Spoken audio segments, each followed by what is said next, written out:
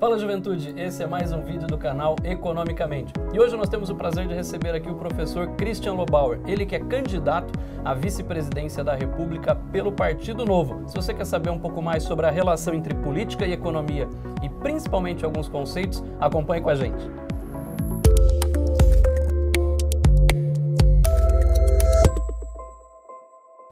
Pessoal, o professor Christian Lobauer, ele é mestre e doutor em ciência política pela Universidade de São Paulo e, além disso, já foi VP de assuntos corporativos da Bayer, também diretor executivo da Citrus BR e hoje candidato à vice-presidência da República pelo Partido Novo. Christian, obrigado por aceitar o convite, estar aqui com a gente num canal de economia, falando especificamente hoje de um conceito um pouco nebuloso. No Brasil, nós criamos alguns estereótipos, principalmente ou ligado à política ou à economia. E um desses estereótipos, que às vezes até a gente fala, pô, isso aí tá ligado ao consenso de Washington, ou mais do que isso, até político resolve falar, se xingar, seu comunista, seu capitalista ou até mesmo seu neoliberal. A minha pergunta que eu quero jogar para você começar a discutir esse bate-bola é, qual é a essência ou qual é a ideia de neoliberalismo no mundo que a gente vive e qual é a essência dessa ideia para a economia brasileira? Olha, obrigado, um prazer estar aqui com vocês, satisfação discutir esses temas tão interessantes para a gente pensar política e economia. Vamos começar, se me permite, citando um autor que é quem tentou explicar essa diferença de direita e esquerda do ponto de vista mais contemporâneo, para sair um pouco dessas ideias velhas do período da Guerra Fria e tal, que é o Bobbio, Norberto Bobbio, que é um cientista político, um filósofo italiano, que definiu que o que se concebe como um Estado mais presente na economia e interventor na sociedade é o que há de mais para a esquerda, E o que há de mais para a direita é um Estado menos interventor e um ambiente mais livre de trabalho, de investimento, de ir e vir, e de opinião, e de, enfim, todos os conceitos que estão em torno da ideia de liberdade. E indo ao ponto, o que é o neoliberalismo, que também no Brasil é entendido como um palavrão, uma coisa horrorosa e tal. O neoliberalismo, na verdade, nem chegou no Brasil, nunca chegou aqui. O PT costumava chamar o período FHC de neoliberal, para você ver o tamanho da confusão que se criou, inclusive na universidade. O que a gente tem historicamente como períodos que podem ser entendidos e avaliados como neoliberais é, por exemplo, o período do presidente Reagan nos Estados Unidos, o período da ex-primeira-ministra britânica Margaret Thatcher, que foi o quê? Foi um ajuste forte fiscal e nas contas públicas desses dois países. Vamos pegar o caso inglês, que é o mais agressivo, no final dos anos 70, início dos anos 80, a Inglaterra é um país que estava à beira da falência. Seguidos governos trabalhistas fizeram do Estado inglês um Estado impagável, que é um pouco nas devidas proporções do que a gente tem vivido na América Latina nos últimos 25 anos e vive no Brasil atualmente. Estados falidos em função dessa visão de Estado invencível que pode gastar até nunca mais, onde se desconhece o conceito de escassez, ou por má fé ou por ignorância. Então, o Estado neoliberal, aplicado nesses dois casos que me parecem relevantes para entender, é um ambiente onde se desestatiza ou se privatiza uma série de serviços e de empresas de Estado. No caso inglês foi contra os carvoeiros, depois os serviços de trem, etc., que você libera as despesas de Estado para que ele seja investido em outra coisa. E o ambiente de negócio fica muito mais viável, quer dizer, o Estado fica mais enxuto, tem mais recursos para investir em educação, em saúde, em segurança, que são os aspectos que nos parecem, para quem é mais próximo a essa ideologia, mais relevantes para desenvolver uma sociedade. A gente eu não vou dizer a você que a gente quer que o neoliberalismo chegue ao Brasil, mas eu acho que a gente tem que viver uma experiência liberal verdadeira nesse país. Nós vivemos desde sempre o capitalismo de Estado, o capitalismo, como o professor Lazzarini lá do INSPER escreveu, o capitalismo de laços. Quer dizer, aqui o capitalismo não é de verdade. O recurso público vai a custo baixo para os amigos do rei, E a sociedade, de uma forma geral, tem dificuldade de criar negócios, de investir, de ter boas ideias, de transformar em empresas, etc. Então tem uma mistura de coisas aí que a gente quer trazer para o momento contemporâneo brasileiro, que é justamente trazer a ideia liberal de uma forma geral e, quiçá, um governo neoliberal que traria, eu tenho certeza, um enriquecimento brutal para o país em todas as suas dimensões. Até aproveitar a deixa do Christian aqui, se vocês perceberam, a ideia central ligada ao neoliberalismo está ligado, por exemplo, não a um Estado mínimo, mas a um Estado que se dedique às suas atividades essenciais, que é regulação, garantir, por exemplo, ao direito da propriedade privada, dentre outras atividades. Nesse conceito, aí eu devolvo para você, Christian, perguntando o seguinte, até pela sua fala, parece que nós ficamos com a seguinte impressão: nós podemos ter até indiretamente um liberalismo político, mas aparentemente nunca ao longo da história econômica brasileira nós tivemos liberalismo econômico. É verdade. E aí eu aproveito para que você responda isso e também jogo uma outra bola. Aparentemente, ao longo de toda a nossa história econômica, nós vivemos o conceito, claro, de nacional desenvolvimentista. Até desculpe o trocadilho, mas o nacional desenvolvimentista desde o Estado Novo com Getúlio Vargas.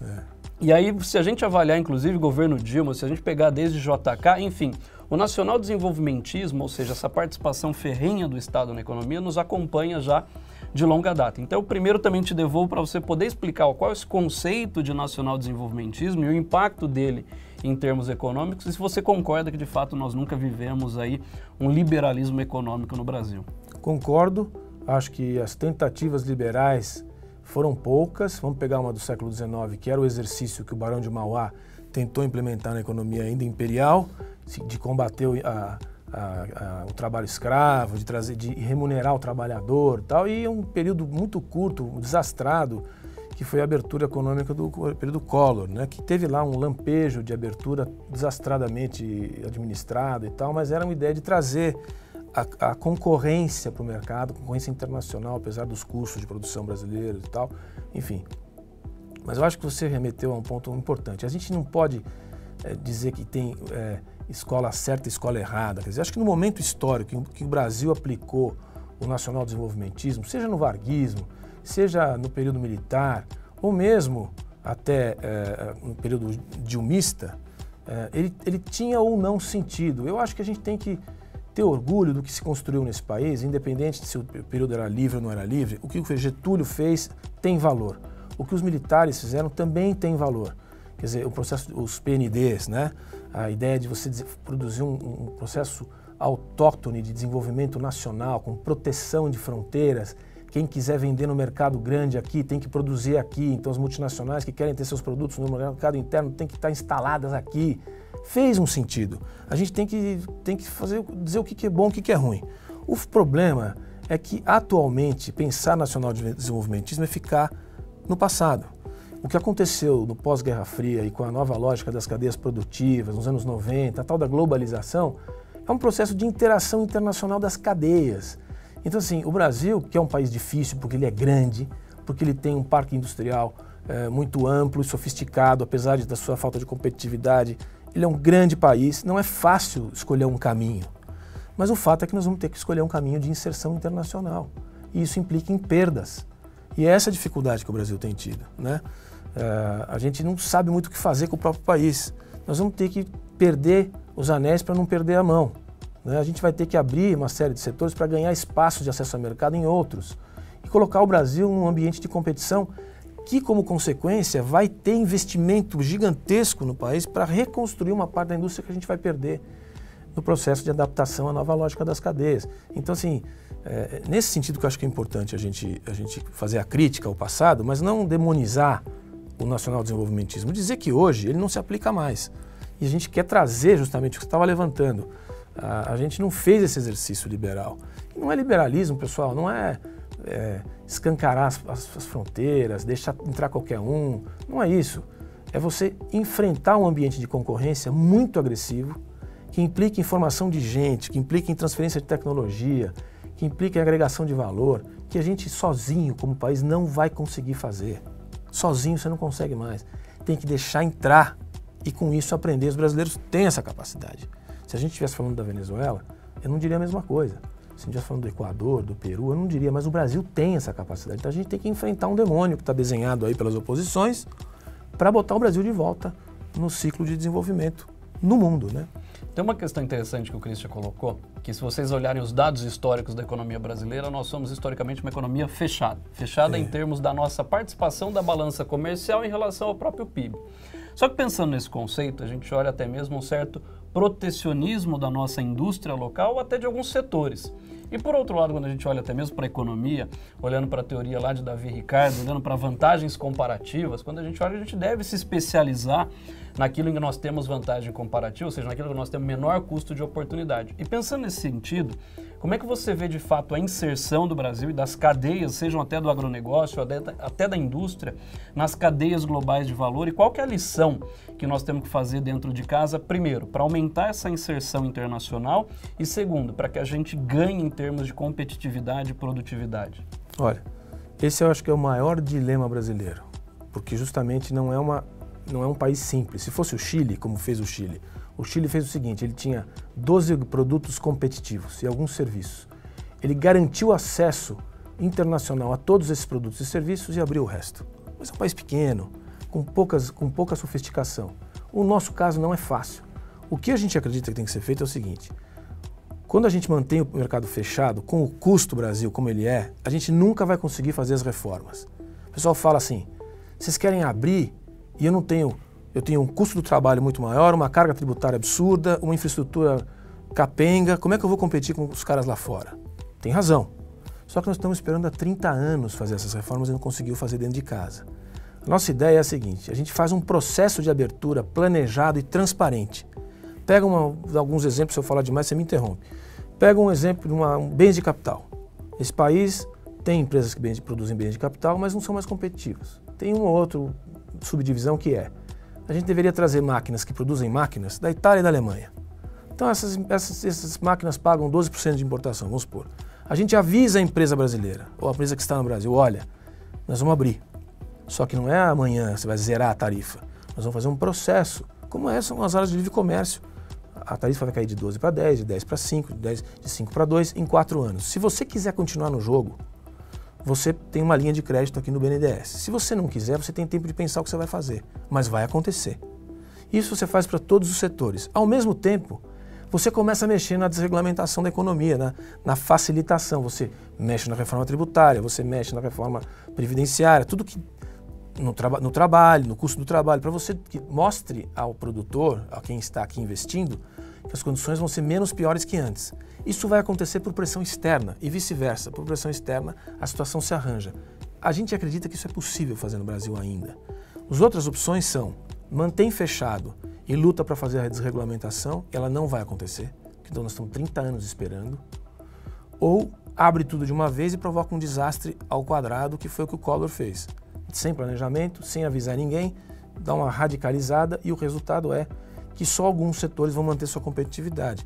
O Brasil tem um dilema existencial, que é a manufatura não competitiva e o agronegócio competitivo, ainda competitivo. Porque muito negócio fora da fronteira, da porteira, já não é mais competitivo. Dentro da porteira vai ser durante muito tempo, mas fora não é. Mas mesmo assim, você lidar com essas duas forças, uma contra a outra, para se apresentar lá fora, é o grande dilema do Brasil nas negociações internacionais. Voltando a um ponto muito rápido, se me permite, que você me fez a pergunta anterior sobre o liberalismo e os aspectos liberais, quer dizer, essa é uma política liberal por excelência. Quer dizer, você abrir e tentar se inserir no mercado internacional com responsabilidade, consciente das dificuldades internas, mas abrir. Quando se fala de liberalismo nos costumes, no comportamento, isso confunde as pessoas. Sim. Isso é a esquerda americana. Isso que as pessoas ficam muito confusas, né? Talvez aqui não, você certamente não, mas nos Estados Unidos os democratas são os liberais. Eles são aqueles que lutam pela diversidade, pelas diferenças, pelo social, né? Pelo padrão americano. Então, quando a gente fala de liberal, vira sempre uma confusão a conversa. Uma coisa é falar de economia, outra coisa é falar de valores. No partido que a gente representa, a gente tem certamente uma visão de mercado, liberalismo e aplicação da economia de mercado, e a gente tem uma visão nos costumes liberal, no sentido da tolerância pelas diferenças, as questões de costume, a gente é tolerante, por exemplo, vou dar um exemplo qualquer, casamento homoafetivo, a gente tem posições a favor, assim, de liberalidade. E isso tem que ser entendido quando a gente entra nessa discussão político-econômica, porque senão as pessoas se confundem quando não são um pouco mais versadas nessa matéria, né?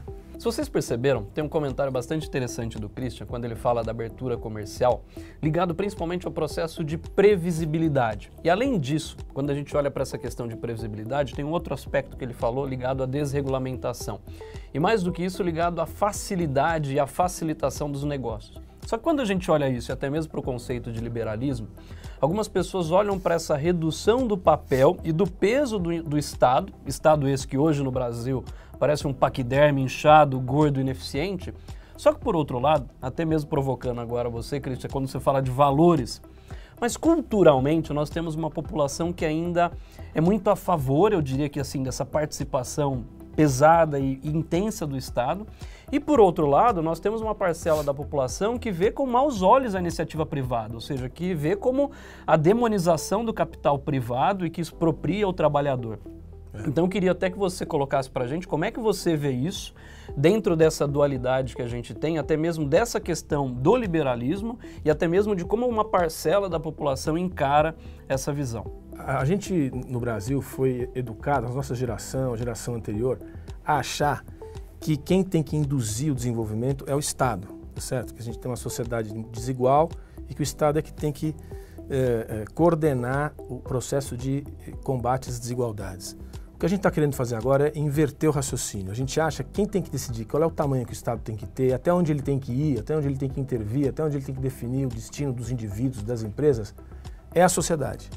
E isso não é muito simples de ser entendido. No entanto, eu quero crer que já está acontecendo hoje um fenômeno muito positivo na minha visão, que é esse discurso que eu estou trazendo aqui já chegou nas bases.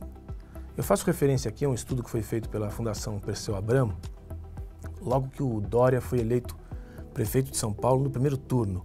E o PT, então, com a sua fundação, fez uma pesquisa nos grotões da cidade de São Paulo para entender como é que ele tinha ganho no primeiro turno. Como é que os mais humildes, os mais pobres votaram no Dória. E qual foi a conclusão da pesquisa? Que as pessoas mais humildes têm como seu pior inimigo, o maior impedidor de se desenvolver, de progredir, de estudar, de crescer, de enriquecer, o Estado. Então, essa ideia é muito poderosa, ela já chegou nas bases, as pessoas percebem já que alguma coisa está muito errada no modelo centralizador e indutor de um grande Estado paternalista tutelador. A dificuldade é fazer com que tudo isso chegue em várias regiões, diferenças sociais enormes, com culturas, subculturas diferentes num país desse tamanho, mas isso já é fato. Não é à toa que o nosso movimento partidário ideológico tem esse caminho e está sendo tão bem aceito. Não fomos nós que inventamos esse pensamento. Ele está sendo compreendido pelas pessoas no seu dia a dia, no seu aprendizado, na sua aprendizagem e na sua experiência de vida. Se o sujeito quer abrir uma barraquinha de cachorro-quente hoje, ele não consegue, porque ele tem, como você dizia antes, a nossa cultura burocrática cartorialista, ele tem que ter uma autorização da prefeitura, uma do IBAMA, uma da Anvisa, uma da fiscalização sanitária e vai, ele não consegue. Isso é anti-negócio, isso é anti-empreendedorismo, anti-desenvolvimento, anti-enriquecimento. Isso é mais poderoso do que um convencimento ideológico sobre o liberalismo ou não. É o dia a dia das pessoas que tem que mudar e aí eu acredito que a gente está num caminho positivo de retomada de desenvolvimento. Aproveitar esse contexto, Christian, quem está nos assistindo e quem é o consumidor, a população que está na ponta, sente esse efeito da desaceleração econômica no seu dia a dia. Seja isso reflexo direto na taxa de desemprego, ou seja a redução da própria renda disponível dessa pessoa. Mas enfim, a grande questão que eu quero colocar aqui para você é a seguinte: como é que você vê o papel das reformas e, mais do que o papel das reformas, quais são os pilares essenciais para que a gente volte a ter um crescimento econômico e crescimento econômico esse com desenvolvimento? Ou seja, quais são os pilares para a nossa economia voltar a crescer? Isso mesmo, você fazia referência ao fim do voo da galinha, né? Esses stop and go, esses crescimentos que a gente tem tido nos últimos 30 anos, que são, você tem um impulso e acredita e depois cai. Por que isso acontece? Porque a gente tem um problema crônico, e vou chegar nas reformas, de um Estado gastador e muito ineficiente. O Estado brasileiro gasta muito e gasta muito mal. Quando ele gasta mal e ele ainda não consegue se sustentar com aquilo que ele arrecada, que já é 40% do que a sociedade produz, 153 dias do seu trabalho anual vai para o governo. Depois você começa a colocar o dinheiro no seu bolso. Pensa nisso.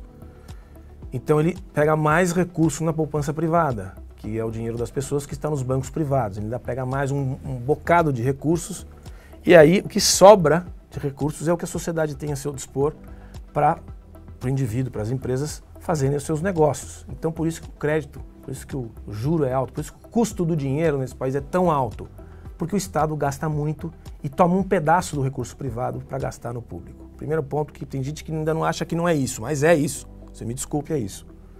O que tem que ser feito no Brasil? Atrás das reformas, que nós estamos ouvindo falar há 30 anos, e só piorou nos últimos 15, começa pela Previdência. A reforma da Previdência é basicamente o seguinte: esse país arrecada 1,3 trilhão de impostos federais. Todo esse montante de dinheiro vai para Brasília. Desse 1,3 tri, 850 bi vai para aquilo que é social. Aí está educação, saúde, aposentados e pensionistas. Aposentados e pensionistas ficam com uma coisa em torno de 630 bi e está aumentando a cada ano. O mais impressionante no Brasil é que é o seguinte: até aí tudo bem, muitos países têm uma proporção mais ou menos parecida. O problema é quando você abre esses 630 bi e percebe que 10 milhões de brasileiros em 40 milhões de beneficiados ficam com 75% desse recurso. E se você pegar 1 milhão de brasileiros desses 10 milhões, eles ficam com 220 bilhões de reais. Nós estamos falando numa coisa em torno de 11% da arrecadação federal que vai diretamente para o bolso de 1 milhão de brasileiros. Nós somos 206 milhões de brasileiros. Tem alguma coisa muito errada no Brasil. Isso é o quê? São privilégios que foram sendo acumulados na lei nos últimos 30 anos para grupos específicos e corporações. Vamos dar nome a eles, não tem problema. Não são todos, mas são uma boa parte do magistrado, uma parte do Ministério Público, uma parte dos militares. São corporações que têm muitos privilégios e custam muito caro para o país. Isso é a reforma da Previdência, professor. Isso não é... Ninguém vai mexer nos direitos adquiridos, a gente tem que mexer num absurdo que foi construído nos últimos 30 anos e que está levando o recurso da sociedade e a impede de ter investimento para a construção das estradas, das pontes, dos aeroportos. Elas estão indo para o bolso de 1 milhão de brasileiros. Nós temos que mudar isso. Isso é a reforma da Previdência. 70% das pessoas não vão sentir nenhuma diferença no seu rendimento se a gente fizer uma reforma da Previdência meia boca, certo? Então esse é o primeiro ponto. Para não me estender demais, na questão tributária. Quanto tempo a gente fala em reforma tributária? Desde 1988. É o tal do manicômio tributário, né? O que tira a competitividade do país de uma forma dramática. O que está se propondo há um bom tempo é tirar os tributos do consumo, do dia a dia das pessoas. O cidadão comum não sabe que ele compra um pacote de biscoito, ele paga 30% de imposto no preço do biscoito. Ele pega um litro de gasolina, ele paga 50% de imposto no litro de gasolina. Então, e não dá para viver desse jeito, não existe nenhum país que tem isso. O que tem que fazer?